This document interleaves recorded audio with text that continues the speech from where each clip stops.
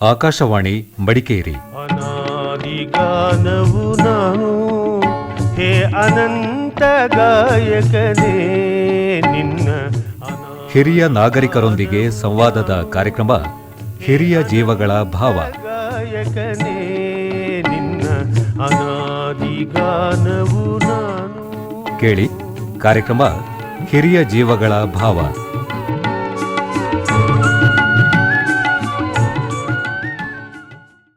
ಆತ್ಮೀಯ ಕೇಳುಗರೆ, ಇವತ್ತಿನ ಹಿರಿಯ ಜೀವಗಳ ಭಾವ ಈ ಕಾರ್ಯಕ್ರಮಕ್ಕೆ ತಮಗೆಲ್ಲ ಪ್ರೀತಿಯ ಸ್ವಾಗತ.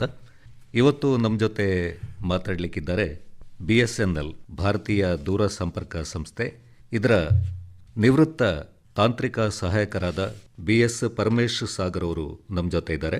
ಕುಶಾಲನಗರದ BS ಪರಮೇಶ್ ಸಾಗರ್ ಅವರು ಹಾಡುಗಾರಿಕೆಯಲ್ಲಿ ಕೂಡ ಆಸಕ್ತಿಯನ್ನು ಹೊಂದಿದವರು, ಜೊತೆಗೆ ನಾಟಕಗಳಲ್ಲಿ ಕೂಡ ಪಾತ್ರಗಳನ್ನು ಮಾಡಿದವರು. ಹೀಗಾಗಿ ಅವರು ವೃತ್ತಿಯಲ್ಲಿ ತಾಂತ್ರಿಕ ಸಹಾಯಕರಾಗಿದ್ದರೂ ಕೂಡ ಪ್ರವೃತ್ತಿಯಲ್ಲಿ ಹಾಡುಗಾರರು ಹಾಗೆ ನಾಟಕ ರಂಗದಲ್ಲಿ ಕೂಡ ಗುರುತಿಸಿಕೊಂಡವರು. ಸುಮಾರು 40 ವರ್ಷಗಳ ಕಾಲ ಸುದೀರ್ಘ ಸೇವೆಯನ್ನು ಅವರು ಭಾರತ ಸಂಚಾರ್ ನಿಗಮ್ ಲಿಮಿಟೆಡ್ ಈ ಸಂಸ್ಥೆಯಲ್ಲಿ ನಿರ್ವಹಿಸಿದ್ದಾರೆ. ಬನ್ನಿ ಅವ್ರ ಜೊತೆಗೆ ಮಾತಾಡೋಣ. ಸರ್ ನಮಸ್ತೆ. ನಮಸ್ಕಾರ ಸರ್. ನಮ್ಮ ಇವತ್ತಿನ ಹಿರಿಯ ಜೀವಗಳ ಭಾವ ಈ ಕಾರ್ಯಕ್ರಮಕ್ಕೆ ತಮಗೆ ಆತ್ಮೀಯವಾದ ಸ್ವಾಗತವನ್ನು ಕೋರ್ತಾ ಇದ್ದೇವೆ. ಸರ್, ಮೊದಲಿಗೆ ತಮ್ಮದೊಂದು ಪರಿಚಯ ಸರ್. ಸರ್, ಇವತ್ತಿನ ಕಾರ್ಯಕ್ರಮಕ್ಕೆ ನನ್ನನ್ನು ಆಯ್ಕೆ ಮಾಡಿಕೊಂಡಿದ್ದಕ್ಕೆ ನಾನು ತುಂಬ ಹೃದಯದ ಧನ್ಯವಾದಗಳನ್ನ ಹೇಳ್ತಾ ಇದ್ದೀನಿ. ಸರ್, ನಾನು ಹುಟ್ಟಿ ಬೆಳೆದದ್ದು ಕುಶಾಲನಗರ, ಬೈಚನಹಳ್ಳಿ ಗ್ರಾಮ. ನಮ್ಮ ತಂದೆ ಸುಬ್ಬಯ್ಯ ಗೌಡ ಅಂತೇಳಿ ಸಂತೆಯಲ್ಲಿ ವ್ಯಾಪಾರ ಮಾಡ್ತಿದ್ರು. BS ಪರಮೇಶ್ ಅಂದರೆ ಬಿ ಅಂದರೆ ಬೈಚನಹಳ್ಳಿ, ಎಸ್ ಅಂದರೆ ಸುಬ್ಬಯ್ಯ, ಪರಮೇಶ್ ಅನ್ನೋ ನಾನು ತುಂಬು ಕುಟುಂಬದಲ್ಲಿ ಜನಿಸಿದವನು. ನಮ್ಮ ತಂದೆಗೆ 2 ಹೆಂಡತಿಯರು. ಮೊದಲನೇ ಹೆಂಡತಿ ಮಗ ಒಬ್ಬರಿದ್ದರು, ಹಿರಿಯ ಅಣ್ಣ ಗಂಗೇಗೌಡರು ಅಂತೇಳಿ. ಅವ್ರನ್ನ ಬಿಟ್ಟರೆ ನಮ್ಮ ತಾಯಿಗೆ ನಾವು ಒಟ್ಟು 11 ಜನ ಮಕ್ಕಳು. ಅದರಲ್ಲಿ 9 ಜನ ಗಂಡು ಮಕ್ಕಳು, 2 ಜನ ಹೆಣ್ಣು ಮಕ್ಕಳಿದ್ವಿ. ಅವಿಭಕ್ತ ಕುಟುಂಬ. ಅವಿಭಕ್ತ ಕುಟುಂಬ ಸರ್, ತುಂಬ ಕುಟುಂಬ. ಇಡೀ ಊರಿಗೆ ನಮ್ಮದು 4-5 ಕುಟುಂಬದಲ್ಲಿ ಜನಸಂಖ್ಯೆ ಜಾಸ್ತಿ. ನಾನು 5ನೇ ತರಗತಿ ತನಕ ಕುಶಾಲನಗರದ ಸರ್ಕಾರಿ ಶಾಲೆಯಲ್ಲಿ ಓದಿದವನು. ನಮ್ಮ ಅಣ್ಣಂದಿರೆಲ್ಲ ಓದುವಾಗ ಅನುಕೂಲ ಸ್ವಲ್ಪ ಮಟ್ಟಿಗೆ ಚೆನ್ನಾಗಿತ್ತು. ನಾವುಗಳೆಲ್ಲ ಬೆಳೆದು ನಿಂತು ಶಾಲೆಗೆ ಹೋಗೋ ಟೈಮಿಗೆ ಊರಿಗೆ ಬರಗಾಲ. ನಾನು ಹುಟ್ಟಿದ್ದು 1957ನೇ ಇಸ್ವಿ, 6ನೇ ತಿಂಗಳ 15ನೇ ತಾರೀಕು 1957ರಲ್ಲಿ ನನ್ನ ಜನನ. ಸರಿಸುಮಾರು 69 ವರ್ಷ ತಮಗೆ ಈಗ ವಯಸ್ಸು. ತಮ್ಮ ಅನಿಸಿಕೆ ಪ್ರಕಾರವೇ 68 ದಾಟಿ 69ಕ್ಕೆ ಮುನ್ನುಗ್ಗುತ್ತಾ ಇದ್ದೇನೆ. ಬರುವ 26ನೇ ಇಸ್ವಿಯ ಜೂನ್ ತಿಂಗಳು ದಾಟಿದರೆ ನನಗೆ 69 ರನ್ನಿಂಗ್. ನಾವು ಓದ್ತಾ ಇದ್ವಿ, ನಾನು, ನನ್ನ ಅಣ್ಣ ಇನ್ನೊಬ್ಬ ಇದ್ದ, ಅವನು 1 ವರ್ಷ ಶಾಲೆಯಲ್ಲಿ ಫೈಲಾದ. ನಾನು ಅವನಿಬ್ಬರು ಒಂದೇ ತರಗತಿಗೆ ಬಂದ್ವಿ, 5ನೇ ಕ್ಲಾಸಿಗೆ. ಅಷ್ಟು ತನಕ ಚೆನ್ನಾಗಿದ್ದಂಥ ಕುಟುಂಬ. ಆವಾಗ ಸ್ವಲ್ಪ ಬಡತನಕ್ಕೆ ಬರೀ ನಮ್ಮ ಕುಟುಂಬ ಅಂತಲ್ಲ, ಇಡೀ ಊರೇ ಬರಗಾಲ ಬಂದ್ಬಿಡ್ತು. 1964-65ರಲ್ಲಿ ತುಂಬ ಬರಗಾಲ, ಇಡೀ ದೇಶಕ್ಕೆ ಬರಗಾಲ. ಅವಾಗೆಲ್ಲ ಸೊಸೈಟಿ ಅಂತ ಇವಾಗ ಏನು ರೇಷನ್ ಕೊಡ್ತಾ ಇದ್ದಾರೆ, ಆವಾಗ ಅದಕ್ಕೆ ಕಂಟ್ರೋಲ್ ಅಂತೇಳಿ ಇತ್ತು, ಕಂಟ್ರೋಲ್ ಅಕ್ಕಿ ಅಂತೇಳಿ. ಒಂದು ಕುಟುಂಬಕ್ಕೆ 3 kg ಅಕ್ಕಿ ಕೊಡೋದು, 1 kg ಸಕ್ಕರೆ, 1 ಲೀಟರ್ ಸೀಮೆಣ್ಣೆ ಕೊಟ್ಟರೆ ಅಷ್ಟರಲ್ಲಿ ಅವರು ತಿಂಗಳನ್ನ ತುಂಬಿಸ್ಬೇಕು. ಆ ಥರದ ಬರಗಾಲ. ಲಾಲ್ ಬಹದ್ದೂರ್ ಶಾಸ್ತ್ರಿ ಅವರು ಹೆಚ್ಚು ಕಡಿಮೆ ಅದೇ ಲಾಲ್ ಬಹದ್ದೂರ್ ಶಾಸ್ತ್ರಿ ಅವರು ಆಗಿದ್ದಾಗ ಅಂತ ಕಾಣುತ್ತೆ. ಅವರು ಜೈ ಜವಾನ್ ಜೈ ಕಿಸಾನ್ ಅಂತೇಳಿ ಒಂದು ಘೋಷಣೆ ಹೋಗಿದ್ದು ಆ ಟೈಮಲ್ಲಿ. ಓದಲಿಕ್ಕೆ ಇಷ್ಟ ಇದ್ರೂ ಕೂಡ ಶಾಲೆಯಲ್ಲಿ ಕಷ್ಟ. ಎಲ್ಲ ಮಕ್ಕಳ ಥರ ಎಲ್ಲರೂ ಸ್ಥಿತಿವಂತರು, ಹಣವಂತರೆಲ್ಲ ಚೆನ್ನಾಗಿ ಬಟ್ಟೆ ಹಾಕೊಂಡು ಬರೋರು. ನಮಗೆ ಬಟ್ಟೆಗಳು ಹಾಕ್ಲಿಕ್ಕೂ ಕೂಡ ಬರಗಾಲ, ಹೊಟ್ಟೆಗೆ ತುಂಬ ತಿನ್ಲಿಕ್ಕೂ ಬರಗಾಲ. ಅಂಥ ಟೈಮಲ್ಲಿ ತಂದೆ ತಾಯಿ ಮಕ್ಕಳನ್ನ ಕಷ್ಟಪಟ್ಟು ಸಾಕಿದ್ರು, ಎಲ್ಲೂ ಮಕ್ಕಳನ್ನ ಬಿಟ್ಕೊಡ್ಲಿಲ್ಲ. ಅವರು ಬಹಳ ಚೆನ್ನಾಗಿ ಸಾಕಿದ್ರು.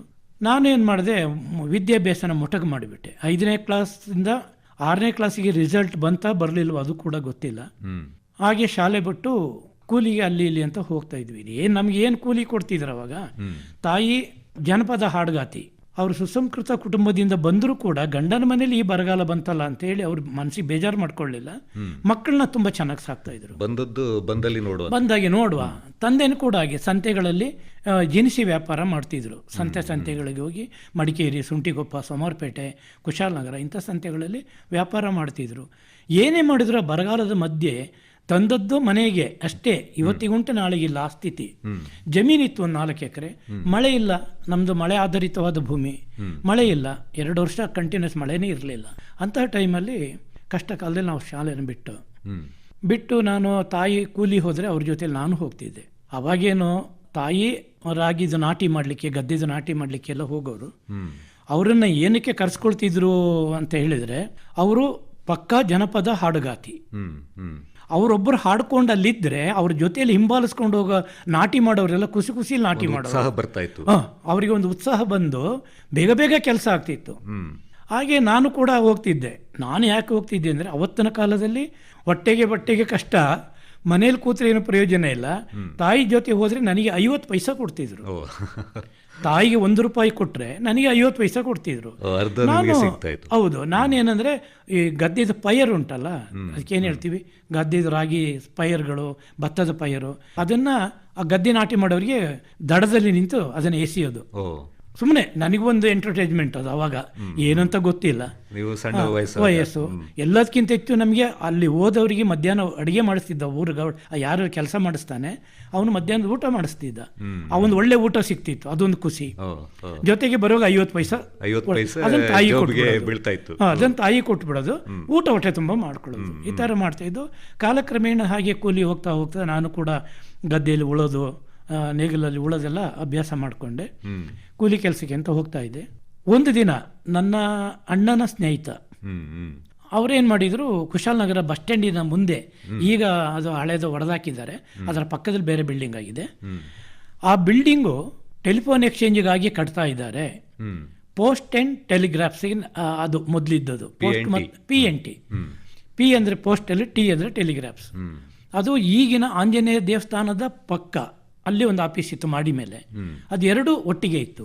ಕಾಲಕ್ರಮೇಣ ಅದು ಬೇರೆ ಆಯಿತು. ಅದನ್ನು ಟೆಲಿಗ್ರಾಮ್ಸ್ ಅಂತೇಳಿ ಮಾಡ್ತಾ ಇದ್ರು, ಟೆಲಿಗ್ರಾಫ್ಸ್ ಆಫೀಸ್ ಅಂತೇಳಿ. ನಮ್ದು ಟೆಲಿಕಾಮ್ ಆಯಿತು, ಅವ್ರದ್ದು ಪೋಸ್ಟಲ್ ಆಯಿತು. ಟೆಲಿಕಾಮ್ ಆಫೀಸು ಕುಶಾಲನಗರ ನಿಲ್ದಾಣದ ಮುಂದ್ಗಡೆ ಕಲ್ ಬಿಲ್ಡಿಂಗ್ ಕಟ್ಟಿದ್ರು. ಆ ಕಲ್ ಬಿಲ್ಡಿಂಗು ಇವಾಗಿರೋ ಕುಶಾಲನಗರ ಬಸ್ ನಿಲ್ದಾಣ ಎಲ್ಲ ದೊಡ್ಡ ಕೆರೆ ಸರ್. ಅವತ್ತಿನ ಕಾಲದಲ್ಲಿ ಬಹಳ ಕೆರೆ. ನಾವು ಶಾಲೆಗೆ ಹೋಗುವಾಗ ಅಲ್ಲಿ ಮಾವಿನ ಮರಗಳಿದ್ದು, ಆ ಮಾವಿನ ಮರಗೆಲ್ಲ ಕಲ್ಲೆಸ್ತು ಆ ಮಾವಿನಕಾಯಿ ತಗೊಂಡು ತಿನ್ನೋದು. ದೊಡ್ಡ ಕೆರೆ, ಅಲ್ಲಿ ಮೊಸಳೆ ಎಲ್ಲ ಇತ್ತು. ಎಷ್ಟೋ ಜನ ಮೊಸಳೆಗೆ ಬಲಿಯಾಗಿದ್ದಾರೆ ಅಲ್ಲಿ. ಈಗ ಕುಶಾಲನಗರ ಬಸ್ ಸ್ಟ್ಯಾಂಡ್ ಇದೆಯಲ್ಲ, ಅಲ್ಲಿ ಎಲ್ಲ ಈಗ ಏನು ಬಸ್ ಸ್ಟ್ಯಾಂಡ್ ಇದೆ ಅದೆಲ್ಲವೂ ಅಂಗಡಿಗಳು. ಮತ್ತು ಒಂದು ಛತ್ರದ ಹೋಟೆಲ್ ಅಂತ, ಛತ್ರ ಅಂದರೆ ಮಂಗಳೂರು ಸೈಡಲ್ಲಿ ಉಚಿತವಾಗಿ ಕೊಡುವಂಥ ಹೋಟೆಲ್ ಅಂತ. ಅವರ ಜನ್ರೇಷನ್ ಹಿರಿಯವರು ತೀರಿದ ಮೇಲೆ ಅದು ಹೋಟೆಲೇ ಆಯಿತು. ಹೋಟೆಲ್ ಆದಮೇಲೆ ವ್ಯಾಪಾರಿ ಆಯಿತು ಅದು. ಆಮೇಲೆ ನಾವೇನು ಮಾಡಿದ್ವಿ, ಶಾಲೆಗೆ ಹೋಗುವಾಗ ಮಾವಿನಕಾಯಿನ ಆಸೆಗೆ ಅಲ್ಲೇ ಹೋಗೋದು ನಾವು. ಮಾವಿನಕಾಯಿಗೆ ಕಲ್ಲೆಲ್ಲ ಹೊಡೆದು ಮಾವಿನಕಾಯಿ ತಿನ್ಕೊಂಡು ಖುಷಿ ಖುಷಿಯಲ್ಲಿ ಶಾಲೆಗೆ ಹೋಗ್ತಿದ್ವಿ. ಕಾಲಕ್ರಮೇಣ ನಾವು ಶಾಲೆ ಬಿಟ್ಟಾಯಿತು.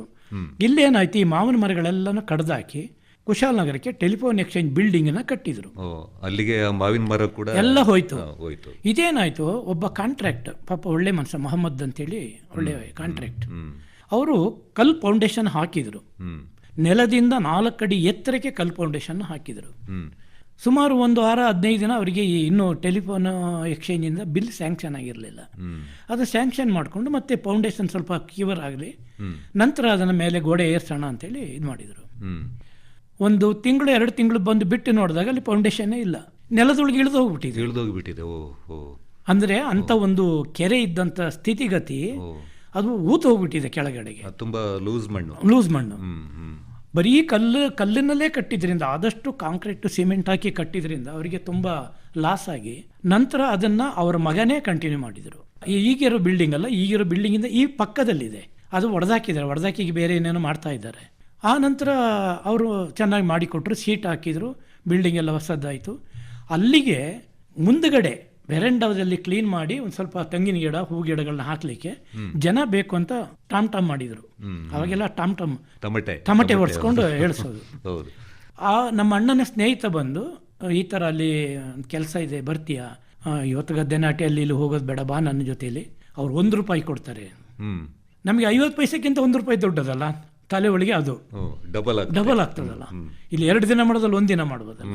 ಹೋದ್ವಿ, ಹಾರೆ ಗುದ್ಲಿ ಎಲ್ಲ ಹೆಗಲ ಮೇಲೆ ಹಾಕೊಂಡು ಹೋದ್ವಿ, ಕೆತ್ತಿದ್ವಿ. ಎಲ್ಲ ಹೂ ಗಿಡಕ್ಕೆಲ್ಲ ಲೈನ್ ಮಾಡಿ ತೆಂಗಿನ ಗಿಡ ನೆಟ್ಟಿವಿ, ಒಂದು 7-8 ತೆಂಗಿನ ಗಿಡ, ಮತ್ತು ಹೂ ಗಿಡ ಎಲ್ಲ ಪಾರ್ಕ್ ಟೈಪ್ ಎಲ್ಲ, ಈಗಿನ ಏನೇ ಪಾರ್ಕ್ ಅಂತ ಹೇಳ್ತೀವಿ ಆ ಥರ ಬೃಂದಾವನ ಟೈಪ್ ಎಲ್ಲ ಮುಂದುಗಡೆ ಮಾಡಿ ಎಲ್ಲ ವೈಟ್ ವಾಶ್ ಎಲ್ಲ ಆಯಿತು, ಭಾರಿ ಚೆಂದ ಕಾಣ್ತಿತ್ತು. ಬೆಂಗಳೂರಿಂದ ಆಫೀಸರ್ ಎಲ್ಲ ಬಂದರು, ಇನಾಗ್ರೇಷನ್ ಮಾಡಿದರು, ಎಲ್ಲ ಗ್ರ್ಯಾಂಡಾಗಿ ಆಯಿತು. ನಮಗೆ 1 ವಾರಕ್ಕೆ ಅಂತ ಅವ್ರು ಹೇಳಿದ್ದು. 1 ವಾರ ಮುಗೀತು, ನಮಗೆ 6 ದಿನ ಕಳೆದ್ರೆ 7ನೇ ದಿನ ಅವ್ರು ದುಡ್ಡು ಕೊಡಬೇಕು. ಅದಕ್ಕೆ ನಾವು 6 ದಿನ ಕಳೆದರೆ ಮಂಗಳವಾರ ನಮ್ಮೂರ ಸಂತೆ, ಆ 1 ರೂಪಾಯಿನಾಗೆ 6 ದಿನಕ್ಕೆ 6 ರೂಪಾಯಿನ ತಗೊಂಡೋಗಿ ತಾಯಿ ಕೈಲಿ ಕೊಡ್ಬೇಕು ನಾವು. ತಾಯಿ ಅದನ್ನು ಸಂತೆಗೆ ತಗೊಂಡೋಗಿ ಸಾಮಾನು ತರಬೇಕು. ತಮ್ಮಂದಿರೆಲ್ಲ ಚಿಕ್ಕವರಾಗಿದ್ರು, ಇನ್ನು ಅವರಿಗೆ ಕೆಲವು ವಿಷಯಗಳು ಇನ್ನೂ ಗೊತ್ತೇ ಇಲ್ಲ. ನಾನು ಮತ್ತು ನಮ್ಮ ಅಣ್ಣಂದಿರಿಗೆ ಈ ಅನುಭವ ಗೊತ್ತಿತ್ತು. ನಾವು ಹೋಗಿ ಅವ್ರ ಹತ್ರ ಕೇಳಿದ್ವಿ. ಅಲ್ಲಿ ಒಬ್ಬರು ಜೈ ಇದ್ರು, ಸೋಮಾರಪೇಟೆ ತಾಲೂಕಿಗೆ ಒಬ್ಬರು ಜೈ, ಇಡೀ ಒಂದೊಂದು ತಾಲೂಕಿಗೆ ಒಬ್ಬೊಬ್ಬರು ಜೈನ ಇರ್ತಿದ್ರು. ಮಡಿಕೇರಿಗೆ SDOT ಅಂತೇಳಿ, ಸಬ್ ಡಿವಿಷನಲ್ ಆಫೀಸರ್ ಅಂತೇಳಿ. ಮಂಗಳೂರಿಗೆ KV ರಾವ್ ಅಂತೇಳಿ DE, ಡಿಸ್ಟಿಕ್ ಇಂಜಿನಿಯರ್ ಅಂತ. ಹಾಗೆ ಆವತ್ತಿನ ಕಾಲದಲ್ಲಿ ಇದ್ದದ್ದು. ನಮ್ಮ ಸೋಮಾರಪೇಟೆಯಲ್ಲಿ ಇದ್ದವರು ಬಸವರಾಜ ವಿಭೂತಿ ಕಟ್ಟಿ ಅಂತ. ನಮಗೆ ಅವ್ರ ಹೆಸರು ಹೇಳಿ ಕೂಡ ಗೊತ್ತಾಗಲ್ಲ, ಮತ್ತು ನಾಲೆಡ್ಜ್ ಇಲ್ಲ ನಮಗೆ. ನೋಡ್ರಿ ಸರ್, ನಮಗೆ ದುಡ್ಡು ಕೊಡ್ರಿ ಸರ್ ನೀವು ಅಂತ. ಸಾರ್ ಅನ್ಬೇಕಂತ ಗೊತ್ತಿಲ್ಲ, ಸಾರು ಏನೇನೋ ಸೇರಿಸ್ಕೊಂಡು ಹೇಳ್ತಿದ್ವಿ ನಾವು. ಹಾಗೆ ಅವ್ರ ಭಾಷೆಯಲ್ಲಿ ಹೇಳಿದ್ರು, ನೋಡ್ರಿ ಅಪ್ಪ, ರೊಕ್ಕ ಕೊಡಂಗಿಲ್ರಿ, ನಿಮ್ಗೆ ತಿಂಗಳ ಮಟ್ಟ ಮಾಡ್ಬೇಕ್ರಿ. ನೀವು ತಿಂಗಳ ಮಟ್ಟ ಜೋಲಿ ಮಾಡಿದ್ರಿ ಅಂದ್ರೆ 30ನೇ ತಾರೀಕಾಗ ಸಾಹೇಬರು ಬರ್ತಾರ್ರಿ, ಅವ್ರು ನಿಮಗೆ ರೊಕ್ಕ ಕೊಡ್ತಾರ್ರಿ. ಉತ್ತರ ಕರ್ನಾಟಕದ ಭಾಷೆ, ಉತ್ತರ ಕರ್ನಾಟಕದ ಭಾಷೆ. ಅವ್ರ ಹೆಸರೇ ಬಸವರಾಜ ವಿಭೂತಿ ಕಟ್ಟಿ. ಅಂದರೆ ಅವರ ಫ್ಯಾಮಿಲಿ ಸಗಣಿನಲ್ಲಿ ಬೆರಣಿ ಮಾಡಿ ಬೆರಣಿಯಿಂದ ವಿಭೂತಿ ಮಾಡುವ ಮನೆತನ. ಹಾಗೆ ಅವ್ರ ಹೆಸರು ಬಸವರಾಜ ವಿಭೂತಿ ಕಟ್ಟಿ ಹೆಸರಲ್ಲಿ ಬಂದಿತ್ತು, ಅಲ್ಲಿ ಅವ್ರ ಹೆಸರಲ್ಲೇ ಬಂದಿತ್ತು. ನಾವು ಹಂಗೆ ಅದೆಲ್ಲ ಆಗೋದಿಲ್ರಿ, ನೀವು ಕೊಡ್ತೀರಾ ಇವಾಗ ಗಲಾಟೆ ಮಾಡಿಬಿಡ್ತೀವಿ ನಾವು ಅಂತ. ಅವರು ಸಮಾಧಾನ ಮಾಡೋ ತನಕ ಮಾಡಿ ಅವ್ರ ಮನಸ್ಸಲ್ಲಿ ಏನು ಅನಿಸ್ತೋ ಗೊತ್ತಿಲ್ಲ. ಆಯ್ತು ರೀ, ನಿಮಗೆ ರೊಕ್ಕ ನಾನು ಕೊಡ್ತೀನಿ ರೀ, ನೀವು ಲಡ ಮಾಡಬೇಡ್ರಿ, ರೊಕ್ಕ ನಿಮಗೆ ಕೊಡ್ತೀನಿ ರೀ, ನಿಮ್ಮ ಸಂಬಳ ಆದಾಗ, ನಿಮ್ಮ ಪಗಾರ ಆದಾಗ ಆ ಪಗಾರ ನಂಗೆ ಕೊಟ್ಬಿಡ್ರಿ. ಆಯ್ತು ಸರ್ ಅಂತೇಳಿ. ಅವ್ರಿಗೂ ಒತ್ತಡ ಇತ್ತು, ಕೆಲಸ ಮುಗಿಬೇಕಿಲ್ಲಿ, ಆ ಎಕ್ಸ್ಚೇಂಜ್ ಈ ಕಡೆಗೆ ಶಿಫ್ಟ್ ಆಗಬೇಕು, ನಿಮ್ಮ ಬೇರೆ ಹುಡುಗರನ್ನ ಹುಡ್ಕೋಂಗಿಲ್ಲ. ಅದಕ್ಕೆ ನಮ್ಮನ್ನು ಅವರು ಭದ್ರವಾಗಿ ಅಲ್ಲೇ ಇಟ್ಕೊಂಡ್ರು. ಅವ್ರ ಕಿಸೆಯಿಂದ ದುಡ್ಡು ತೆಗೆದು ನಮಗೆ ಕೊಟ್ಟರು. ನಾವು 6 ರೂಪಾಯಿ ಮನೆ ಕೊಟ್ಟು 1 ರೂಪಾಯಿನ ವಾರ ಗಂಟ ನಮ್ಮ ಖರ್ಚಿಗೆ ಇಟ್ಕೊಳ್ತಿದ್ದೆವು. ತಿಂಗಳಾದಾಗ ಒಬ್ಬರು ಇದರಿಂದ ಬಂದರು, ಇಲ್ಲಿ ಬೆಂಗಳೂರಿಂದ ಬಂದರು. ಅವರು ಸೂರ್ಯನಾರಾಯಣ ರಾವ್ ಅಂತೇಳಿ SDOT ಅವರು ಬಂದರು. ಅವರು ಬೆಂಗಳೂರು ಆಫೀಸಲ್ಲಿ ಕೂಡ ಏನೋ ಒಂದು IR ಆಫೀಸರ್ ಆಗಿದ್ರು. ಅವರು ಪೇಮೆಂಟ್ ಅವ್ರು ಮಸ್ಟೂಲಲ್ಲಿ ಮಾಡೋದು. ಮಸ್ಟೂಲ್ ಅಂತ ಒಂದು ಪಟ್ಟಿ ಇರ್ತಿತ್ತು, ಎಷ್ಟು ಜನ ಇದ್ದಾರೆ, ಅವರು ಎಷ್ಟು ಕೆಲಸ ಮಾಡ್ತಾರೆ ವಾರದಲ್ಲಿ, ಅದನ್ನು ಲೀಸ್ಟ್ ಮಾಡೋದು. ಇಡೀ ಮಡಿಕೇರಿ ಡಿವಿಷನ್ಗೆ ಆ ಥರದ್ದು ಒಬ್ಬೊಬ್ಬರು ಒಂದೊಂದು ತಾಲೂಕಿಗೆ ಒಂದೊಂದು ಮಸ್ಟೂಲ್ ಇತ್ತು. ಕೆಲವರು ಸೂಪರ್ವೈಸರ್ ಅಂತೇಳಿ, ನಾವು ಅವ್ರನ್ನ ಸಬ್ ಇನ್ಸ್ಪೆಕ್ಟರ್ ಅಂತ ಕರೆಯುವ. SI ಅಂತ ಶಾರ್ಟ್ ಫಾರ್ಮಲ್ಲಿ ನಮ್ಮನ್ನು ನೋಡ್ಕೊಳ್ತಿದ್ರಲ್ಲ ಅವರಿಗೆ ಹೇಳ್ತಿದ್ರು SI ಅಂತ. ಅವರ ಮುಖಾಂತರ ನಮಗೆ ಪೇಮೆಂಟನ್ನು ಕೊಡಿಸಿದ್ರು. ಮೊದಲಿಗೆ ನಾರಾಯಣ ಸ್ವಾಮಿ ಅಂತೇಳಿ ಹಾರಂಗಿರೋ ಒಬ್ಬರಿದ್ದರು SI ಆಗಿ. ಅವರ ಕ್ಯಾರಫಲ್ಲಿ ಹೋಗಿದ್ದೋ ನಾವು. ಅವರು ಸಂಬಳ ಕೊಡಿಸಿದ್ರು, 31 ರೂಪಾಯಿ ಕೊಡಿಸಿದ್ರು 31 ದಿನಕ್ಕೆ. ಆಮೇಲೆ ಅವರು ಕೊಟ್ಬಿಟ್ಟು, ನೋಡ್ರಿ ನೀವೆಲ್ಲ ಚೆನ್ನಾಗಿ ಕೆಲಸ ಮಾಡಿದರೆ ಇದೇ ಇಲಾಖೆಯಲ್ಲಿ ನಿಮಗೆ ಕಾಯಂ ಆಗುತ್ತೆ, ನೀವು ಯಾರು ಬಿಟ್ಟು ಹೋಗಬಾರ್ದು, ರಜಾ ತಗೊಳ್ಬಾರ್ದು, ಚೆನ್ನಾಗಿ ಕೆಲಸ ಮಾಡಬೇಕು, ಗಲಾಟೆಗಳು ಮಾಡ್ಕೊಳ್ಬಾರ್ದು ಅಂತೇಳಿ ನಮಗೊಂದು ವಾರ್ನ್ ಮಾಡಿ ಹೋದರು. ನಮಗೊಂದು ಆಶಾಭಾವನೆ ಬಂತು, ಒಂದು ಧೈರ್ಯ ಬಂತು ನಮಗೆ. ಏನೇ ಕೆಲಸ ಆಗಲಿ ವಾರ ಇಡೀ ಮಾಡಿದ್ರೆ 6 ರೂಪಾಯಿ ಅಮ್ಮನಿಗೆ, 1 ರೂಪಾಯಿ ನಮಗೆ, ಲೈಫ್ ಹೇಗೋ ನಡ್ಕೊಂಡು ಹೋಗ್ತಾ ಇರುತ್ತೆ. ಆಮೇಲೆ ಎಲ್ಲ ದುಡ್ಡನ್ನು ಕೊಟ್ಟರು. ಅವರು ಮುಂದಿನ ಈ ಕಡೆಗೆ ಮಡಿಕೇರಿ ಕಡೆಗೆ ಬಂದರು ಜೀಪಲ್ಲಿ, ಎಲ್ಲರಿಗೆ ಬೇರೆಯವ್ರಿಗೆ ಪೇಮೆಂಟ್ ಮಾಡಲಿಕ್ಕೆ. ನಾವು ತಗೊಂಡಂಥ ಹಣನ ತಗೊಂಡೋಗಿ JE ಅವ್ರ ಹತ್ರ ಹೋದ್ವಿ. ಎಲ್ಲ ಒಂದು 6 ಜನ ಇದ್ದು, ಎಲ್ಲರೂ ಹೋಗಿ ಸರ್ ತಗೊಳ್ಳಿ ಸರ್ ನೀವು ಕೊಟ್ಟ ದುಡ್ಡು. ಅವರೆಲ್ಲ ಕಲೆಕ್ಟ್ ಮಾಡಿಕೊಂಡು, ಅವಶ್ಯಕತೆ ಇದ್ದಾಗ ನನ್ನ ಹತ್ರ ಕೇಳಿಯಪ್ಪ ಕೊಡ್ತೀನಿ, ಯಾರು ಬಿಟ್ಟು ಹೋಗಬೇಡಿ, ತಿಂಗಳಿಗೊಂದ್ಸಾರಿ ಪೇಮೆಂಟ್ ಕೊಡೋದು, ಇದನ್ನು ನೀವು ಮುಂದಕ್ಕೆ ಇದನ್ನೇ ಇಟ್ಕೊಂಡು ಮುಂದುವರ್ಸ್ಕೊಂಡು ಹೋಗಿ ಅಂತ ಹೇಳಿ. ಎಲ್ಲರೂ 5 ಜನ ಹೊರಗೆ ಹೋದ್ಮೇಲೆ ನನ್ನ ಕರೆದು ನನಗೆ 2 ರೂಪಾಯಿ ಎಕ್ಸ್ಟ್ರಾ ಕೊಟ್ಟರು ಅವರು. ನೀನು ಇದನ್ನು ಮುಂದುವರ್ಸ್ಕೊಂಡು ಹೋಗು, ಇದಿಟ್ಕೊಂಡು ನನ್ನ ಕಡೆಯಿಂದ ನೀನು ಬಕ್ಸಿಸ್ ಅಂತೇಳಿ 2 ರೂಪಾಯಿನ ಕೊಟ್ಟರು. ಇವತ್ತು ಅವರು ಇಲ್ಲ, ಅವರು ದೇವ್ರ ಹತ್ರ ಹೋಗ್ಬಿಟ್ಟಿದ್ದಾರೆ. ಇವತ್ತು ನಾನು ಅನ್ನ ತಿಂತಾ ಇದ್ದೀನಿ ಅಂದರೆ ಮೊದಲನೇ ಹೆಜ್ಜೆ ಅವ್ರ ಕಾರಣ, ವಿಭೂತಿಗಟ್ಟಿ ಮೊದಲನೇ ಕಾರಣ. ನನ್ನ ಕರ್ಕೊಂಡೋದಂಥ ಆಂಜನೇಯ ದೇವಸ್ಥಾನದ ಅರ್ಚಕರ ಮಗ ಅವರು ಕೃಷ್ಣಪ್ಪ ಅಂತೇಳಿ, ಅವರು ತೀರೋಗಿದ್ದಾರೆ, ಅವ್ರಿಗೂ ನನ್ನದೊಂದು ನಮಸ್ಕಾರ. ನಾರಾಯಣ ಸ್ವಾಮಿ ಅಂತೇಳಿ ಇದ್ದರು, ಅವರು ತೀರೋದ್ರು, ಅವ್ರಿಗೂ ನನ್ನದೊಂದು ನಮಸ್ಕಾರ. ಸ್ವಲ್ಪ ದಿನ ಕಳೆದ ಮೇಲೆ ನಮ್ಮನ್ನು ಬೇರೆ SIಗಳ ಹತ್ರ, ಅಂದರೆ ಸೂಪರ್ವೈಸರ್ ಹತ್ರ ನಮ್ಮನ್ನು ಹಾಕಿದರು. ಪಾಪಣ್ಣ SI ಅನ್ನೋರು ತುಂಬ ಹೆಸರು ಮಾಡಿದಂಥ, ಅವರಿಗೆ ಸಂಚಾರ ದೂತ್ ಅನ್ನೋ ಪ್ರಶಸ್ತಿ ಕೂಡ ಬಂದಿತ್ತು. ಅಂಥವ್ರ ಹತ್ರಕ್ಕೆ ನನ್ನನ್ನು ಹಾಕಿದರು. ಅಂದರೆ ಇದು ಭಾರತ ಸಂಚಾರ ನಿಗಮ್ ಅಂತೇಳಿ, ಅದು ಭಾರತ ಸಂಚಾರ ನಿಗಮ್ ಲಿಮಿಟೆಡ್ ಅಂತ ಅದು ನಂತರ ಬಂದದ್ದು. ಅವರಿಗೆ ಪ್ರಶಸ್ತಿ ಬರಬೇಕಾದ್ರೆ ಕೇಂದ್ರ ಸರ್ಕಾರದಿಂದ ಟೆಲಿಫೋನ್ ಕೆಲಸಗಾರ ಯಾರು ಚೆನ್ನಾಗಿ ಕೆಲಸ ಮಾಡ್ತಾರೆ ಅವ್ರಿಗೊಂದು ಪ್ರಶಸ್ತಿ ಕೊಡಬೇಕು ಅಂತ ಅದೇ ಮೊದಲನೇ ವರ್ಷದಲ್ಲಿ ಪ್ರಾರಂಭ ಆಗಿದ್ದು. ಅವ್ರಿಗಿನ್ನೂ ಪ್ರಶಸ್ತಿ ಬಂದಿತ್ತಲ್ಲ, ತುಂಬ ಚುರುಕು ಕೆಲಸಗಾರ ಅಂತೇಳಿ ಅವ್ರನ್ನೆಲ್ಲ ಕಡೆ ಪ್ರಚಾರ ಆಗಿತ್ತು. ಇಂಥವ್ರಿಗೊಂದು ಪ್ರಶಸ್ತಿ ಕೊಡಬೇಕು ಅಂತ ಮೊದಲಿನಿಂದ ಸರ್ಕಾರಕ್ಕೆ ಒಂದು ವಿಷಯ ತಿಳಿದಿತ್ತು. ಅವ್ರದ್ದು ನಾಗರಹೊಳೆ ಕುಟ್ಟದಲ್ಲೆಲ್ಲ ಕೆಲಸ ನಡೀತಾ ಇತ್ತು. ಅವರ ದೋಸ್ತು ಕೃಷ್ಣೋಜಿರಾವ್ ಅಂತೇಳಿ ತುಂಬ ಕೆಲಸ ಆಗಬೇಕು ಕೊಡಗನ ಕಡೆ. ಆವಾಗ ತಾನೇ ಎಕ್ಸ್ಚೇಂಜ್ಗಳು ಆಗ್ತಾ ಇದ್ದಿದ್ದು, ದೂರವಾಣಿ ವಿನಿಮಯ ಕೇಂದ್ರಗಳು ಆವಾಗ ಆಗ್ತಾ ಇತ್ತು. ಆ ಟೆಲಿಕಾಮ್ ಮಾಡೋ ಟೈಮಲ್ಲಿ ಅವರಿಗೆ ಮೇಲಿಂದ ಒಂದು ಆರ್ಡರ್ ಇತ್ತು, ಹಳ್ಳಿಗೂ ಕೂಡ ಟೆಲಿಫೋನ್ ಕನೆಕ್ಷನ್ ಕೊಡಬೇಕು ಅಂತೇಳಿ. ಗ್ರಾಮೀಣ ಎಲ್ಲ ಅಭಿವೃದ್ಧಿ ಮಾಡಬೇಕು ಅಂದರೆ ಪ್ರತಿಯೊಂದು ಹಳ್ಳಿಲೂ ಕೂಡ ದೂರವಾಣಿ ವಿನಿಮಯ ಕೇಂದ್ರ ಆಗಲೇಬೇಕು. ಟೆಲಿಫೋನ್ ಎಕ್ಸ್ಚೇಂಜ್ ಎಷ್ಟು ಖರ್ಚು ಮಾಡ್ತಿದ್ರು ಅಂದರೆ ಕೋಟಿಗಟ್ಟಲೆ ಖರ್ಚು ಮಾಡ್ತಿದ್ರು. ಯಾಕೆ ಮಾಡ್ತಿದ್ರು ಅಂದರೆ, ಉದಾಹರಣೆಗೆ ಈಗ ನಮ್ಮದು ಕೊಡಗು ಬಹಳ ಕಾಡು ಗುಡ್ಡ ಇರುವಂಥ ಪ್ರದೇಶ. ಒಂದು ಮನೆಗೆ ಒಂದು ಫೋನ್ ಕನೆಕ್ಷನ್ ಕೊಡಬೇಕಂದ್ರೆ ನಾವು ಕನಿಷ್ಠ 70 ಕಂಬ ಹಾಕಿ ಕನೆಕ್ಷನ್ ಕೊಟ್ಟಿರೋದು ಉಂಟು. ಅಂದರೆ ಇಲ್ಲಿ ಕುಗ್ರಾಮಗಳು ಸ್ವಲ್ಪ ಜಾಸ್ತಿ. ಹೌದು, ಯಾವುದು ಪಟ್ಟಣ ಇರ್ತದೆ ಅಲ್ಲಿಂದ 1-1.5 ಕಿಲೋಮೀಟರ್ಗೆ ಗ್ರೌಂಡಲ್ಲಿ ಕೇಬಲ್ ಹಾಕ್ತೀವಿ, ಅಂಡರ್ ಗ್ರೌಂಡ್ ಕೇಬಲ್. ಅಲ್ಲಿ ಒಂದು ಕಂಬನ ಏರ್ಪಾಡು ಮಾಡ್ತಿದ್ವಿ. ಇಲ್ಲಿ 1.5 ಕಿಲೋಮೀಟರ್ ಬಿಟ್ಟು, ಅಂದರೆ ಸಿಟಿ ಬಿಟ್ಟು ಮುಂದಕ್ಕೆ ಅಲ್ಲಿ ಒಂದು ಕಂಬ. ಆ ಕಂಬಕ್ಕೆ ಅಡ್ಡಪಟ್ಟಿಗಳು, ಅದಕ್ಕೆ ನಾವು ಬ್ರ್ಯಾಕೆಟ್ ಅಂತ ಹೇಳ್ತೀವಿ, ಅದಕ್ಕೆ ಇನ್ಸುಲೇಟೆಡ್ ಅಂತೇಳಿ ಅದಕ್ಕೊಂದು ಕುಪ್ಪಿಗಳನ್ನ ಕೂರಿಸ್ತೀವಿ. ಅದರ ಮೇಲೆ ವೈರ್ಗಳನ್ನ ಎಳ್ಕೊಂಡು ಹೋಗೋದು. ಈ ಅಂಡರ್ ಗ್ರೌಂಡಿಂದ ಹೋದಂಥ ಕೇಬಲ್ನ ಆ ಕಂಬಕ್ಕೆ ಕನೆಕ್ಟ್ ಮಾಡಿ ಒಂದು ಬಾಕ್ಸಿಗೆ, ಅಲ್ಲಿಂದ ಅದನ್ನು ಡಿಸ್ಟ್ರಿಬ್ಯೂಟ್ ಮಾಡೋದು. ಆ ಕೇಬಲ್ ತಂತಿಗೆ ಸುತ್ತೋದು, ತಂತಿನ ಎಷ್ಟು ದೂರ ಬೇಕಾದ್ರೂ ಎಳ್ಕೊಂಡು ಹೋಗ್ಬೋದು. ಹಾಗೆ ಒಂದೊಂದು ಮನೆಗೆ 70 ಕಂಬನ ಹಾಕಿ 70 ಕಂಬಕ್ಕೂ ವೈರ್ ಎಳೆದಿರೋದು ಉಂಟು ನಾವು. 2 ವೈರ್ ಒಂದು ಮನೆಗೆ ಅಂದರೆ ಆಗಲೇಬೇಕು. ಆವಾಗ ಆರ್ಮಿಯವರಿಗೆ ಒಂದು ಸ್ಪೆಷಲ್ ಕೇಸ್ ಇತ್ತು, ಅವರಿಗೆ ಕನೆಕ್ಷನ್ ಕೊಡಲೇಬೇಕಿತ್ತು.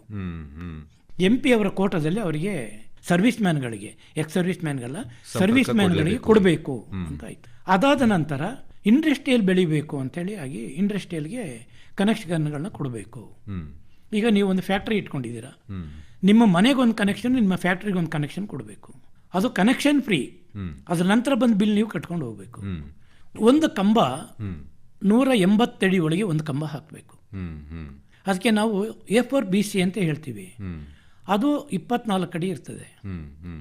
AB ಪೋಸ್ಟ್ ಅಂದರೆ 8-16 ಅಡಿ ಕೆಳಗಡೆ ಗ್ರೌಂಡಲ್ಲಿ ಆ ಉಕ್ಕುದೊಂದು ಕಂಬ ಬರ್ತದೆ, ಅದೊಂದು 4 ಅಡಿ ಹೈಟ್ ಇರ್ತದೆ. ಅದರ ಮೇಲೆ ಹೌದು ಸ್ವಲ್ಪ ರೌಂಡ್ ಆಗಿ ಈಗಲೂ ನೀವು ಟೆಲಿಫೋನ್ ಕಂಬಗಳೆಲ್ಲ ಸಿಕ್ಕರೆ ನೋಡ್ಬೋದು. ಅದು ಬ್ರಿಟನ್ ರೂಲ್. ಯಾಕೆಂದ್ರೆ ಆ ಉಕ್ಕಿನ ಕಂಬ ನೆಲದೊಳಗಡೆ ಹೋದ್ರೆ ತುಕ್ಕಿ ಹಿಡಿಯಲ್ಲ, ಅದು ರೆಸ್ಟ್ ಬರೋದಿಲ್ಲ.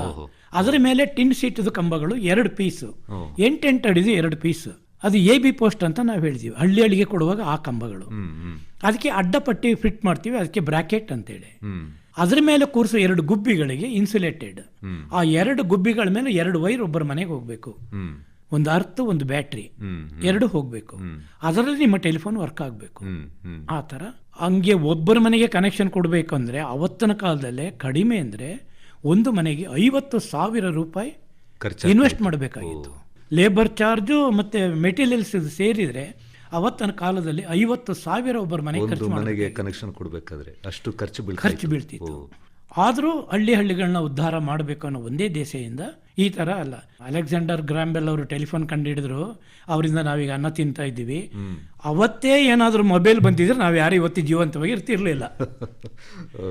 ಎಷ್ಟೋ ಲಕ್ಷಾಂತರ ಜನಕ್ಕೆ ಅನ್ನ ಕೊಟ್ಟಂತ ಈ ಟೆಲಿಕಾಂ ಡಿಪಾರ್ಟ್ಮೆಂಟ್ ನಮ್ಮ ಕೊಡಗು ಮಾತ್ರ ಅಂತ ಅಲ್ಲ, ಪ್ರತಿ ಭಾರತ ದೇಶದ ಮೂಲೆಯಲ್ಲಿರುವ ಹಳ್ಳಿಗಳಿಗೆ ದೂರವಾಣಿ ವಿನಿಮಯ ಕೇಂದ್ರಗಳನ್ನ ಮಾಡಲೇಬೇಕು. ಕನಿಷ್ಠ 12 ಲೈನ್ ಇದ್ರೆ ಅಲ್ಲೊಂದು ಎಕ್ಸ್ಚೇಂಜ್ ಓಪನ್ ಮಾಡಿ. ಈಗ ಉದಾಹರಣೆಗೆ ನಾವಲ್ಲಿ ಎಕ್ಸ್ಚೇಂಜ್ ಓಪನ್ ಮಾಡೋಗಿ ಇದ್ದಿದ್ದು 24 ಲೈನ್. ಶುಂಠಿಕೊಪ್ಪ ಮೊದಲೇ ಇತ್ತು, ಅದು ಓಪನ್ ಆಗುವಾಗ ಒಂದು 50-100 ಕನೆಕ್ಷನ್ ಇತ್ತು. ಇನ್ನು ಹಳ್ಳಿಗಳಲ್ಲಿ 12 ಕನೆಕ್ಷನ್ಗೆ ಒಂದು ಎಕ್ಸ್ಚೇಂಜ್ ಓಪನ್ ಮಾಡಿ, ಓಪನ್ ಆದ ನಂತರ ಅಲ್ಲಿಗೆ ಬೇರೆ ಲೈನ್ಗಳನ್ನ ಫಿಲ್ಅಪ್ ಮಾಡಿ ಒಂದು 50-100 ಕನೆಕ್ಷನ್ ಮಾಡಿ, ಅಲ್ಲಿಗೊಬ್ಬರು ಲೈನ್ ಮ್ಯಾನು, ಅಲ್ಲಿಗೊಬ್ಬರು ಟೆಕ್ನಿಷಿಯನ್, ಹೀಗೆ ಅಪಾಯಿಂಟ್ಮೆಂಟ್ ಮಾಡ್ತಿದ್ರು. ನಮ್ದೇನಾಯಿತು, ಕುಶಾಲನಗರದ ವ್ಯವಹಾರ ಮುಗೀತು. ನೀವು ಕ್ಯಾಂಪ್ ಶಿಫ್ಟ್ ಮಾಡಿ ನಿಮ್ಮದು ಮೇನ್ ಲೈನ್ ಕೊಡ್ತಾ ಇದ್ದೀವಿ, ಆ ಮೇನ್ ಲೈನ್ ಕ್ಲಿಯರ್ ಮಾಡಬೇಕು ಅಂತೇಳಿ. ಅದು ಹೇಗೆ ಅಂದರೆ, ಮೇನ್ ಲೈನ್ ಅಂದರೆ Mangaluru to Bangalore, J1 J2 junction 1 junction 2 ಅಂತ ಅದಕ್ಕೆ ಹೆಸರು. ಅದರ ಒಂದು ಪಟ್ಟಿ 8 ಅಡಿ ಉದ್ದ, ಹೀಗೆ ರೆಕ್ಕೆ ಬಿಚ್ಚಿದಾಗೆ ಕಂಬದಲ್ಲಿ ಮೇಲೆ ಟಾಪಲ್ಲಿ ಹೋಗ್ತದೆ. ಅದು 2 ವೈರು, ಆ ಕಡೆ 2 ವೈರು, ಈ ಕಡೆ 2 ವೈರು. J1 ಒಂದು ಸೈಡು, J2 ಇನ್ನೊಂದು ಸೈಡ್. ಯಾವುದೇ ಕಾರಣಕ್ಕೂ ಒಂದು ವೈರ್ ಜಂಕ್ಷನ್ 1 ಬೆಂಗಳೂರಿಂದ ಮಂಗಳೂರಿಗೆ, ಜಂಕ್ಷನ್ 2 ಬೆಂಗಳೂರಿಂದ ಮಂಗಳೂರಿಗೆ, ಅದರ ಮಧ್ಯದಲ್ಲಿ ಪುತ್ತೂರಲ್ಲಿ ಒಂದು ಡ್ರಾಪ್ ಆಗುತ್ತೆ. ಹಾಗೆ ಆ ಥರ ಕನೆಕ್ಷನ್ಗಳು ಕೊಡೋರು. ಮತ್ತೆ ACSR ವೈರ್ ಅಂತ ಕರೆಂಟ್ ಅನ್ನೋರು ಏನು ತಯಾರು ಮಾಡ್ತಾರೆ ಅಲ್ಯೂಮಿನಿಯಂ ವೈರ್ ದಪ್ಪ ವೈರ್ ಹಾಕ್ತಾರೆ ನೋಡಿ ಲೈನಿಗೆ, ಅದಕ್ಕೆ ACSR ವೈರ್ ಅಂತೇಳಿ, ಅಲ್ಯೂಮಿನಿಯಂ ಕಾಂಟ್ಯಾಕ್ಟ್ ವೈರ್. ಅದರ ಒಳಗಡೆ ಒಂದು ಸ್ಟೀಲ್ ವೈರ್ ಇರ್ತದೆ. ಆ ಇಡೀ ಕಂಬದ ಆ ವೈರಿನ ಭಾರವನ್ನು ಅದೊಂದೇ ತಡೆಯೋದು. ಮೇಲಿರೋ ಸಿಲ್ವರ್ ವೈರ್ಗಳೇನು ತಡೆಯಲ್ಲ, ಅದು ಬರೀ ಕೋಟಿಂಗ್ ಅಷ್ಟೇ. ಅದೊಂದು ಸ್ಟೀಲ್ ವೈರು ನೀವು ಯಾವ ರೀತಿ ಕಟ್ಟಿದ್ರು ಕೂಡ ತಡ್ಕೊಂಡಿರುತ್ತೆ. ಅದನ್ನು ಕ್ಲಿಯರ್ ಮಾಡಲಿಕ್ಕೋಸ್ಕರ ನಮ್ಮನ್ನು ಹಾಕಿದ್ರು. ನಾವು ಹೊಸಬರು, ಆ ಅನುಭವ ಇರೋರು ಒಂದು 4 ಜನ ಇದ್ದರೆ ನಾವೊಂದು ಒಟ್ಟು 12 ಜನಕ್ಕೆ ಒಂದೊಂದು ಕ್ಯಾಂಪ್ ಕೊಡ್ತಿದ್ರು. ನಾವು 6 ಜನ ಇದ್ದವ್ರು 12 ಜನ ಆದ್ವಿ. ಹಾಕ್ಬಿಟ್ರು. ನಾವು ಶುಂಠಿಕೊಪ್ಪದಲ್ಲಿ ಕ್ಯಾಂಪ್ ಮಾಡಿ ಶುಂಠಿಕೊಪ್ಪದಿಂದ ಕುಶಾಲನಗರ ಕಡೆ ಫಸ್ಟ್ ಕ್ಲಿಯರ್ ಮಾಡೋದು. ಶುಂಠಿಕೊಪ್ಪದಿಂದ ಮಡಿಕೇರಿ ಕಡೆಗೆ ಒಂದು ಸ್ವಲ್ಪ ದಿನ ಅಲ್ಲೇ ಕ್ಯಾಂಪ್ ಮಾಡಿಕೊಂಡು, ಅಲ್ಲಿ ತುಂಬ ಜನ ಇದ್ದರು. ಸಿದ್ದೇಗೌಡರು ಅಂತ ಇದ್ದರು, ನಮ್ಮ ರಶೀದ್ ಖಾನ್ ಅಂತ ನಮ್ಮ ದೋಸ್ತು ಅವರಿದ್ದರು, ಆಮೇಲೆ ಪೂವಯ್ಯ ಅಂತ ಹೇಳೋರು ಇದ್ದರು, ವಾಸುದೇವ ನಂಬೋದರಿ ಅಂತೇಳಿ, ಹೀಗೆ ಹಲವಾರು ದೋಸ್ತುಗಳೆಲ್ಲ ಇದ್ದರು, ಚಿನ್ನಪ್ಪ ಅವರು ಇವರು. ಅವರೆಲ್ಲ ಕೆಲಸ ಕಲಿತವರು, ನಾವು ಕೆಲಸ ಕಲಿತಾ ಇರೋದು. ನಮಗೇನಪ್ಪ ಅಂತ ಹೇಳಿದ್ರೆ ಕೆಲಸನ ನೋಡ್ಕೊಳ್ಬೇಕು. ಬೆಳಗ್ಗೆ 4 ಗಂಟೆಗೆ ಎದ್ದು ದೊಡ್ಡ ಒಂದು ಪಾತ್ರೆಯಲ್ಲಿ ಸೌದೆ ಒಲೆಯಲ್ಲಿ ಅವರಿಗೆ ಕುಸಲಕ್ಕಿ ಗಂಜಿ ಮಾಡಿ ಅವರಿಗೆ 7 ಗಂಟೆಗೆ ರೆಡಿ ಮಾಡಿ ಕೊಡಬೇಕು. ಅವರಿಗೆ ಆಹಾರ ತಯಾರು ಮಾಡಬೇಕು. ಫಸ್ಟ್ ನಮಗೆ ಟ್ರೈನಿಂಗ್ ಅದೇನೆ. ಅಲ್ಲೆಲ್ಲ ಕೆತ್ತಿದ್ದು ಮುಗೀತು. 2ನೇದಾಗಿ ಇಲ್ಲಿ ಬಂದಾಗ ವಾಚ್ಮ್ಯಾನ್ ಅಂತ ವಾಚ್ ಮಾಡೋದು. ಇಡೀ ಟೆಂಟ್ ಎಲ್ಲ ಸುಮಾರು ಲಕ್ಷಾಂತರ ರೂಪಾಯಿ ಸಾಮಾನು ಇರ್ತಿತ್ತು ಅಲ್ಲಿ. ಬಂಡ್ಲು ತಂದು ಹಾಕೋರು. J1 J2ಗೆ ಮತ್ತೆ ಸಣ್ಣ ಸಣ್ಣ ಎಕ್ಸ್ಚೇಂಜ್ಗಳಿಗೆ ಎಕ್ಸ್ಚೇಂಜ್ ಟು ಎಕ್ಸ್ಚೇಂಜ್ ಕನೆಕ್ಷನ್ ಕೊಡಬೇಕಂದ್ರೆ ಕಾಪರ್ ವೈರಲ್ಲಿ ಕೊಡ್ತಾ ಇದ್ದಿದ್ದು. ಕಾಸ್ಟ್ಲಿ ಎಲ್ಲ ಮೆಟೀರಿಯಲ್ಸ್ ಎಲ್ಲ ಇತ್ತು. ಅದನ್ನು ನೋಡಿಕೊಂಡು ಜೊತೆಗೆ ನಾವು ಇವರಿಗೆ ಊಟ ತಯಾರು ಮಾಡಬೇಕು. ಬೆಳಗ್ಗೆ 4 ಗಂಟೆಗೆ ಎದ್ದು ಇವರಿಗೆ ಒಲೆ ಊದಿ ಊದಿ ಊದಿ ಕುಶಲಕ್ಕಿ ಗಂಜಿ ಎಷ್ಟು ಬೇಯಿಸಿದ್ರು ಬೇಯಲ್ಲ, ಬೇಯಿಸ್ಬೇಕು. ಆಮೇಲೆ ಕಟ್ಟಿಗೆ ಬೆಂಕಿ, ಆಮೇಲೆ ಇಷ್ಟು ದಪ್ಪದೊಂದು ಕಲ್ಲು, ಅದನ್ನು ರುಬ್ಬಬೇಕು. ಯಾವುದು ಕಡಲೆಕಾಳು, ಮೆಣಸಿನಕಾಯಿ, ಉಪ್ಪು ಎಲ್ಲ ಹಾಕಿ ಒಬ್ಬೊಬ್ರು ಇಷ್ಟಿಟ್ಟು ದಪ್ಪ ಚಟ್ನಿ ತಿಂದು ಇಷ್ಟಿಟ್ಟು ಗಂಜಿ ಕುಡಿದು ಹೋದರೆ ಒಳ್ಳೆ ಕೆಲಸ ಕೆಲಸನೂ ಹಾಗೆ ಇತ್ತು. ಬಿಡಿ, ತುಂಬ ಶ್ರಮದ ಕೆಲಸ. ನಮಗೇನಿದ್ರು ಮನೇಲಿ ರಾಗಿ ಮುದ್ದೆ ಸಾರು ಊಟ ಮಾಡಿಬಿಟ್ರೆ ತೃಪ್ತಿ. ಇಲ್ಲಿ ನೋಡಿದ್ರೆ ಇದು ನಮಗೆ ಹೊಸ ಅನುಭವ. ಅವರು ಗಂಜಿ ಕುಡಿದು ಹೋದ ನಂತರ ಪುನಃ ಅದೇ ಒಲೆ ಮೇಲೆ ಪುನಃ ಅಕ್ಕಿ ಹಾಕಬೇಕು. ಅದು ಬೇಗ 11 ಗಂಟೆ ಆಗೋದು.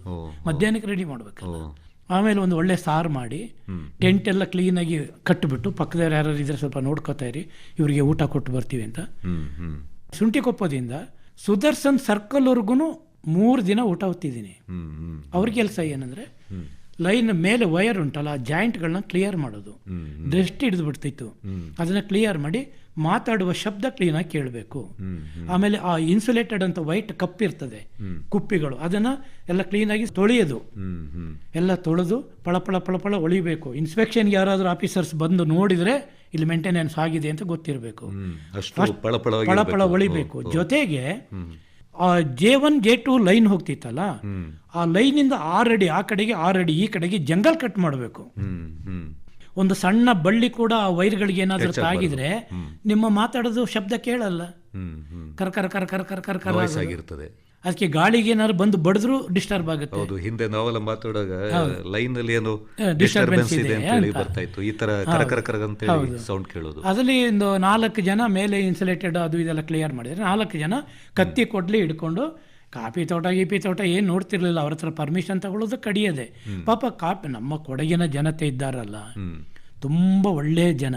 ಅವ್ರು ಬಹಳಷ್ಟು ಸಹಕಾರ ಕೊಡೋರು ನಮಗೆ. ನಾವು ಹೇಗೇಗೋ ಕಡ್ದು ಬಿಡ್ತೀವಿ ಅನ್ನೋ ಭಯ ಅವರಿಗೆ. ತೋಟದೊಳಗಡೆ ಮರಗಳು ಹೇಗೋ ಕಡ್ದು ಅವ್ರ ಜನನೇ ಬಿಡೋರು. ನಮಗೆ ಎಷ್ಟೋ ಕಡೆ ಊಟ ತಿಂಡಿನೂ ಕೂಡ ಫ್ರೀಯಾಗಿ ಕೊಟ್ಟಿದ್ದಾರೆ. ಅಂತ ಒಳ್ಳೆ ಜನಗಳು.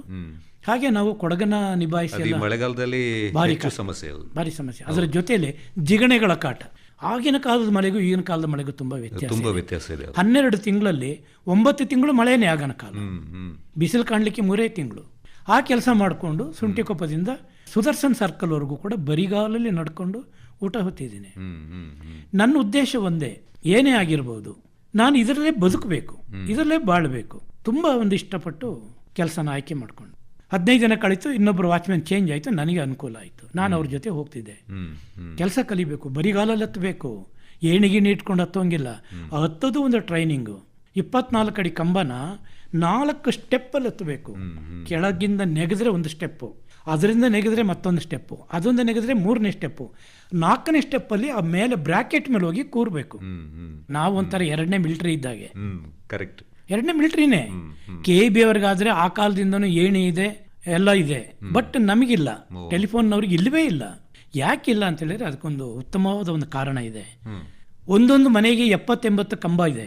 ಒಂದು ಮನೆ 10 ಕಂಬದಲ್ಲಿ ಒಂದು ಫೋನ್ ಕನೆಕ್ಷನ್ ಇರ್ಬೋದು, ಇನ್ನೊಂದು ಮನೆ 20 ಕಂಬದಲ್ಲಿ ಇರ್ಬೋದು, ಇನ್ನೊಂದು ಮನೆ 70 ಕಂಬದಲ್ಲಿ ಇರ್ಬೋದು. ಒಂದೊಂದು ಕಂಬನೂ ರಿಪೇರಿ ಮಾಡಲಿಕ್ಕೆ ನೀನು ಏಣಿ ಹೇಗೆ ತಗೊಂಡು ಹೋಗ್ತೀಯಪ್ಪ? ಟೆಲಿಫೋನ್ ಎಕ್ಸ್ಚೇಂಜಲ್ಲಿ ಟ್ರೈನಿಂಗ್ ಏನಂದರೆ ಬರಿಗಾಲಲ್ಲಿ ಕಂಬ ಹತ್ತಬೇಕು, ಹತ್ತುಬಿಟ್ಟು ಆ ಬ್ರ್ಯಾಕೆಟ್ದು ತುದಿಯಲ್ಲಿ ಕೂರಬೇಕು. ಅಯ್ಯೋ ಜೀವ ಬಾಯಿಗೆ ಬಂದ್ಬಿಡ್ತಿತ್ತು. ವಯರನ್ನು ಎಳೆದು ಕಟ್ಟಬೇಕು, ಕತ್ತರಿ ಕಾಲು ಹಾಕಿ ಕಂಬದಲ್ಲಿ ಹಿಂಗೆ ಕೂತ್ಕೊಂಡ್ಬಿಟ್ಟು ಜೀವದ ಮೇಲೆ ಆಸೆ ಬಿಟ್ಟು ಈ ಕಡೆಯಿಂದ ವೈರ್ ಎಳೆದು ಆ ಗುಬ್ಬಿಗೆ ಕಟ್ಟಿ ಲೈನ್ ಥ್ರೂ ಮಾಡಿದೆ, ಲೈನ್ ಓಕೆ ಆಗಿಬಿಡೋದು. ಇದೆಲ್ಲ ಪ್ರಾರಂಭ ಆಯಿತು. ನಾವು ಮಡಿಕೇರಿ ತನಕ ಮಾಡಿದ್ವಿ. ಮಡಿಕೇರಿಯಿಂದ ಈಚೆಗೆ ಬೇರೆಯವರು J1 J2 ಲೈನ್ ಕೆಲಸ ಮಾಡ್ತಿದ್ರು. ನಂತರ ನಮಗೆ ವರ್ಕಿಂಗ್ ಪಾರ್ಟಿ ಕೊಟ್ಟರು. ವರ್ಕಿಂಗ್ ಪಾರ್ಟಿ ಅಂದರೆ ಫೋನ್ ಕನೆಕ್ಷನ್ ಕೊಡೋದು, ಮನೆಗೆ ಫೋನ್ ಕನೆಕ್ಷನ್ ಕೊಡೋದು. ಅದರಲ್ಲಿ ಸ್ವಲ್ಪ ಈಸಿ ಆಯಿತು ನಮಗೆ. J1 J2ನಲ್ಲಿ ಮಾಡ್ತಿದ್ದು ದೊಡ್ಡ ದೊಡ್ಡ ಕಂಬ, 24 ಅಡಿ ಕಂಬದ ಕೆಲಸ. ಇದು ಒಂದು 16 ಅಡಿ ಕೆಲಸ. ಅಂದರೆ ಎಷ್ಟು ವರ್ಷದ ನಂತರ ಸರ್ ಇದು? 1977ಕ್ಕೆ ಒಂದು ಎಕ್ಸಾಮ್ ಕೊಟ್ಟರು. ಇದೇ ಸೆಂಟ್ ಮೇರಿಸ್ ಸ್ಕೂಲಲ್ಲಿ ಎಕ್ಸಾಮ್ ಇಟ್ಟರು. 40 ಜನ ಪಾಸ್ ಆದ್ವಿ, ಅದ್ರಲ್ಲಿ ನಾನು ಒಬ್ಬ. ಎಲ್ಲ ಓಕೆ, ನನಗೆ ಖುಷಿ ಆಗ್ಬಿಡ್ತು, ನಾನು ಪಾಸ್ ಆಗಿಬಿಟ್ಟಿದ್ದೀನಿ ಟೆಲಿಫೋನ್ ಎಕ್ಸ್ಚೇಂಜಲ್ಲಿ. ಅಣ್ಣ ಶಿವಮೊಗ್ಗದಲ್ಲಿ ಪೊಲೀಸ್ ಆಗಿದ್ದಾರೆ, ಹೆಡ್ ಕಾನ್ಸ್ಟೇಬಲ್ ಆಗಿ. ಅವ್ರಿಗಿನ್ನೇನು ಇನ್ಸ್ಪೆಕ್ಟರ್ದು ಪ್ರಮೋಷನ್ ಹತ್ರ ಇತ್ತು. ಅಣ್ಣನಿಗೆಲ್ಲ ಆವಾಗ ದೂರವಾಣಿ ರಿಂಗ್ ಹೊಡೆಯೋದು, ಮಾತಾಡೋದು. ಆಗಿನ ಫೋನ್ಗಳು ನೋಡೋದಕ್ಕೆ ಫೋನಲ್ಲಿ ನಾ ಇನ್ನೊಂದು ವಿಷಯ ಹೇಳಬೇಕು. ಮೊಟ್ಟ ಮೊದಲು ಫೋನ್ನ ತಯಾರು ಮಾಡಿದ್ದು ಯಾವುದಕ್ಕೋಸ್ಕರ ಅಂದರೆ ರೈಲುಗಳಲ್ಲಿ ಕಳ್ತನ ಆಗ್ತಿತ್ತಂತೆ. ರೈಲುಗಳಲ್ಲಿ ಕಳ್ತನ ಆಗೋದನ್ನು ಅವಾಯ್ಡ್ ಮಾಡಲಿಕ್ಕೆ ಅಲ್ಲಲ್ಲಿ ಸ್ಟೇಷನ್ಗಳಲ್ಲಿ ಫೋನ್, ಮತ್ತೆ ರೈಲು ಬರ್ತಾ ಇದೆ ಹೋಗ್ತಾ ಇದೆ ಅಥವಾ ಆಪತ್ತಿದೆ ಇದನ್ನೆಲ್ಲ ಹೇಳಲಿಕ್ಕೆ ಫೋನ್ ಕನೆಕ್ಷನ್ ಮಾಡಬೇಕು ಅಂತ 2 ಕಲ್ಲಿನ ಕಂಬದ ಮೇಲೆ ಆ ಕಡೆಗೊಂದು ಈ ಕಡೆಗೊಂದು ತಂತಿಯನ್ನು ಎಳ್ಕೊಂಡು ಹೋಗ್ತಿದ್ರಂತೆ ಒಂದಾನೊಂದು ಕಾಲದಲ್ಲಿ. ಅದನ್ನು ನೋಡಿ ಏನಾಯಿತು, ಡಿಪಾರ್ಟ್ಮೆಂಟು ಇದನ್ನು ಇಂಪ್ರೂವ್ಮೆಂಟ್ ಮಾಡಬೇಕು. ರೈಲ್ವೆ ಕಂಬ ಅಂತೇಳಿ ರೈಲ್ವೆ ಹಳಿಗಳಿತ್ತಲ್ಲ, ಅದರದ್ದು ಪೀಸ್ ಮಾಡಿ ಅಲ್ಲಿಂದ ರೈಲ್ವೆ ಕಂಬಗಳನ್ನ ಹಾಕಿ ಅದರ ಮೇಲೆ ಇನ್ಸುಲೇಟೆಡ್ ವೈರ್ ಹಾಕಿ ಟೆಲಿಫೋನ್ ಲೈನ್ ಅಲ್ಲಿ ತಗೊಂಡು ಹೋಗ್ತಿದ್ರು. ಆಗ ಸ್ವಲ್ಪ ಅಪಘಾತಗಳು ಕಡಿಮೆ ಆಯಿತು. ಮೊದಲಿಗೆ ಶುರುವಾಗಿದ್ದು ಹಾಗೆ ತಂತಿ ಕಂಬನ ಮೊದಲನೇದಾಗಿ ಪರೀಕ್ಷೆ ಮಾಡಿದ್ದು ಕಲ್ಲಿನ ಕಂಬದ ಮೇಲೆ. ಅದು ಯಾವಾಗ ಫೈಲ್ಯೂರ್ ಆಯಿತು, ರೈಲ್ವೆ ಹಳಿಗಳ ಕಂಬಿಗಳಿದ್ದಾವಲ್ಲ ಅದನ್ನು ಅಳತೆಗೆ ಕಟ್ ಮಾಡೋಕ್ಕೆ ಅದೇ ಒಂದು ಕಂಪ್ನಿ ಅವ್ರ ಕಂಪ್ನಿಯವ್ರಿಗೆ ಕಾಂಟ್ರಾಕ್ಟ್ ಕೊಟ್ಟು ಅಲ್ಲಿಂದ ರೈಲ್ವೆ ಕಂಬಗಳನ್ನ ತಂದು ಅದನ್ನು ಹಾಕಿ ಅದಕ್ಕೆ ಅಡ್ಡಪಟ್ಟಿಗಳನ್ನಿಟ್ಟು ಅದರ ಮೇಲೆ ಇನ್ಸುಲೇಟೆಡ್ ಇಟ್ಟು ವೈರ್ನ ಎಳಿತಿದ್ರು. ಇದು ಕಲ್ಲಿನ ಕಂಬದ ನಂತರ ಬಂದದ್ದು. ಆವಾಗ ನಂಬರ್ ಪ್ಲೇಸ್ ಅಂತ ಇರಲಿ ಅಥವಾ ರಿಂಗ್ ತಿರುಗಿಸೋದಾಗಲಿ ಇರಲಿಲ್ಲ. ಈ ಒಂದು ಸ್ಟೇಷನಲ್ಲಿ ಒಂದು ಜನರೇಟರ್ ಇರ್ತಿತ್ತು, ಬಾಕ್ಸ್. ಅದನ್ನು ಟ್ರರ್ ಅಂತ ಹೊಡೆದ್ರೆ ಅದು ಇನ್ನೊಂದು ಸ್ಟೇಷನ್ಗೆ ಕೇಳ್ತಿತ್ತು. ಆಗ ಫೋನಲ್ಲಿ ಇವರು ಮಾತಾಡ್ತಿದ್ರು. ಅಂದ್ರೆ ಕರೆ ಗಂಟೆ ಅವರಿಗೆ ಬರ್ತಾ ಇದ್ದಿದ್ದು ಜನರೇಟಿಂದ. ಅವ್ರು ತಗೊಳ್ಳೋರು, ಜನರೇಟರ್ ಶಬ್ದ ಬಂದಾಗ ತಗೊಳ್ಳೋರು, ಮಾತಾಡಾದ್ಮೇಲೆ ರಿಸೀವರ್ನ ಇಟ್ಟರೆ ಅದು ಪುಸ್ಕ್ ಅಂತ 1 ಇಂಚ್ ಕೆಳಕ್ಕೆ ಹೋಗ್ತಿತ್ತು. ಕೆಳಕ್ಕೆ ಹೋದ್ರೆ ಲೈನ್ ಕಟ್ ಆಗಿದೆ ಅಂತ. ಅದು ಕೆಳಕ್ಕೆ ಹೋಗ್ದೇನೆ ಹಾಗೆ ಇದ್ರೆ ಲೈನ್ ಕಟ್ ಆಗಲಿಲ್ಲ, ಹಾಗೆ ಹೋಲ್ಡಿಂಗ್ ಇದ್ದಾರೆ. ಅದಿರಲಿಲ್ಲ, ಆ ಸಿಸ್ಟಮ್ಸ್ ಇರಲಿಲ್ಲ. ನಂತರ ಬಂದದ್ದು ರೈಲ್ವೆ ಕಂಬಿದ ಕತೆ ಮುಗಿದ ಮೇಲೆ ಬ್ರಿಟಿಷ್ ಕಾಲದಲ್ಲಿ ಶುರುವಾಗಿದ್ದೆ ಈ ತಂತಿ ಇದು ಎಂಥದ್ದು ಟೆಲಿಫೋನ್ ಕಂಬಗಳು.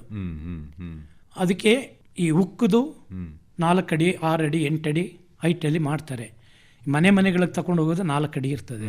ಅದಕ್ಕೆ ಒಂದು ಹೋಲ್ ಕೊಟ್ಟಿರ್ತಾರೆ. ಆ ಹೋಲಲ್ಲಿ 2 ಕೆಲಸ ಒಟ್ಟಿಗೆ ಮಾಡ್ಬೋದು. ಹೇಗೆ ಅಂದರೆ ಮೇಲೆ ಅದು ಮಳೆ ನೀರು ಬಿದ್ದರೆ ಆ ನೀರು ಭೂಮಿಗೆ ಇಳಿದು ಹೋಗ್ಬಿಡ್ತದೆ, ಆ ಹೋಲಿಂದ ಕೆಳಗೆ ಇಳಿದು ಹೋಗ್ತದೆ. ಭೂಮಿ ಒಳಗಡೆ ಹೋಗಿ ಸ್ಟಾಕ್ ಆಗೋದಿಲ್ಲ. ಈಗ ಒಂದು ವೇಳೆ ಅದರ ಲೆವೆಲ್ಗೆ ತುಂಬಿದ್ರು ಕೂಡ ಆ ಹೋಲಿಂದ ಹೊರಗಡೆ ನೀರು ಹೋಗ್ಬಿಡ್ತದೆ. ಒಂದು. ಮೊದಲನೇದಾಗಿ ಅಲ್ಲಿ ಮೇಲ್ಗಡೆ ಬ್ರ್ಯಾಕೆಟ್ ಅಂತ ಇರ್ತಿತ್ತಲ್ಲ, ಲೈಟಿಂಗ್ ಮಿಂಚಿಂಗ್ ಹೊಡೆದ್ರೆ ಅಲ್ಲಿಂದ ಒಂದು ತಂತಿನ ತಂದು ಆ ಹೋಲ್ ಕೆಳಗಡೆಗೆ ಫಿಟ್ ಮಾಡಿಬಿಡ್ತಿದ್ರಂತೆ.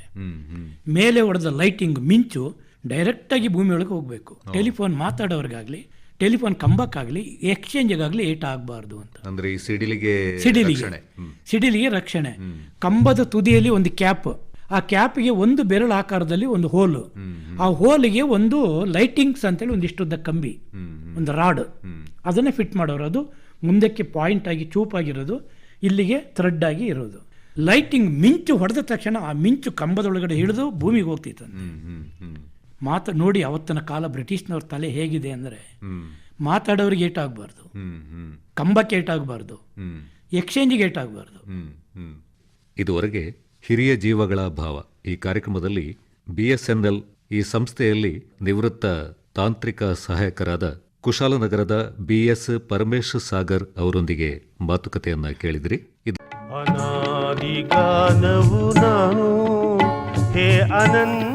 ಇದುವರೆಗೆ ಕಾರ್ಯಕ್ರಮ ಹಿರಿಯ ಜೀವಗಳ ಭಾವ ಕೇಳಿದಿರಿ. ಗಾನವು ನಾನು ಹೇ ಅನಂತ ಗಾಯಕನೇ.